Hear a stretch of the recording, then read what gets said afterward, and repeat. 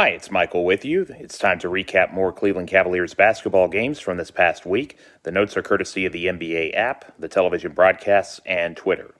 The three-point shooting by Cleveland from game to game has been a problem, converting 7 of 25 in their clash Sunday at the Los Angeles Clippers. They did not allow the opposition to go over 50% from the field. The Cavs either led or were tied in the first 4 minutes, but found themselves behind after that. Los Angeles won the rebounding category 47-40. Cleveland was +1 in points off turnovers, but gave the ball to the other team 15 times. Collin Sexton scored 22 points in 35 minutes, while Darius Garland poured in 20 points. Jarrett Allen's double-double consisted of 15 points and 10 rebounds. Isaac Okoro netted 10 points, and Cedi Osman put down 20 points off the bench. Another player outside the starting five that had good production included JaVale McGee, who racked 10 rebounds and was 1 point shy of a double-double. For Los Angeles, Lou Williams led the Clippers with 30 points and 10 assists. Marcus Morris Sr. finished with 23. Serge Ibaka scored 21 with a team-high 9 boards. Patrick Beverley threw in 16 points and Luke Kennard 10. Final score was 128-111 Clippers. Monday was the final game of a long road trip played in San Francisco. The Cavs were tied with the Warriors at 32 after 12 minutes. The game stayed close, but Golden State closed the first half on a 13-4 run. Cleveland got as close as 8, approaching the midpoint of the third quarter, but the home team broke it open after that. The Cavaliers were held to 14 points in the final frame, and they lost 129-98. It continues to be a challenge for the Cavaliers to reach double digits in makes from behind the perimeter. The team went 8 of 30 from the arc. Cleveland had a 49-39 edge on the glass, including 15 on the offensive end of the court.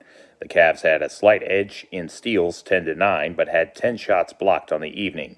The visitors did outscore Golden State 20-17 on points off turnovers, but again threw it to the opposition too many times. When the Warriors are making more than half of their attempts and the Cavs are under 40%, it was no surprise to see another one-sided contest. Sexton led the road team with 23 points. 2 Cavs hit double digits in points and rebounds, including Osman with 17 and 10, while Allen recorded 13 and 14. Garland managed to reach 16 points despite a rough shooting performance from the floor. Okoro likewise did not see the ball go through the net but for one occasion. Damian Dotson grabbed 10 points off the bench. As for Golden State, a familiar name was getting his fair share of points in Steph Curry to the tune of 36. Draymond Green recorded 16 assists. 5 other Warriors had at least 12 points, including Andrew Wiggins, Juan Toscano Anderson, Kelly Oubre Jr., Eric Pascal, and Mikhail Mulder. Wednesday's home game was postponed against the San Antonio Spurs, so it would be 4 nights before their next encounter. Friday in Cleveland's first home game since Saturday the 6th saw the Cavaliers take on the Nuggets. Once again, Cleveland had a short-lived lead in the game at 5-4, but Denver did not trail after that. The Nuggets stayed up by at least 10 from the last 5 minutes of the second quarter to the finish line. After the buzzer sounded, the Cavs were once again on the losing end of the scoreboard, 120-103, putting their record at 10 up and 20 down. Cleveland made 47% of their shots, and they also converted 12 triples out of 31 attempts. However, the Nuggets could not seem to miss, making 46 of 80 from the field Friday. The Cavs, like the other 2 games prior, turned the ball over in the teens, part of the reason the team is in a rut when it comes to winning. Individually, Collin Sexton was 8 of 17 for 23 points. Isaac Okoro added 14, but he and Sexton played at least 34 minutes. But each gave it away 5 times. Jarrett Allen scored 20 and secured 10 rebounds. Darius Garland and Cedi Osman combined for 25 points. Denver got a tremendous performance by Jamal Murray as he hit the half-century mark in 38 minutes of action, making 21 of 25 in Cleveland.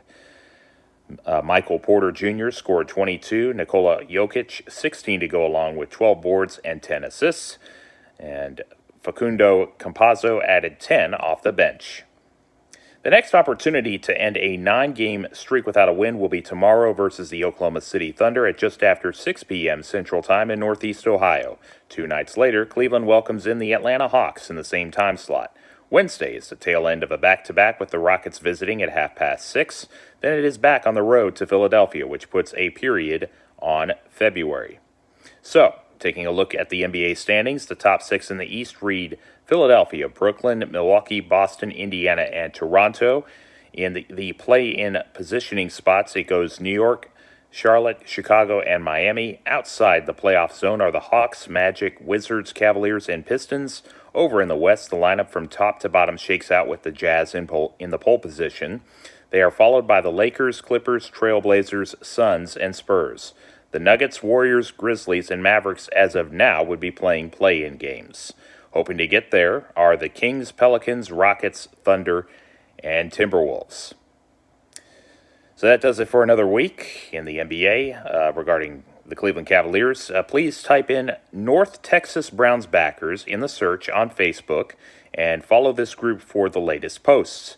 Videos and previous entries can be found by typing Michael Balesta, Roman numeral 2 in the search box on YouTube.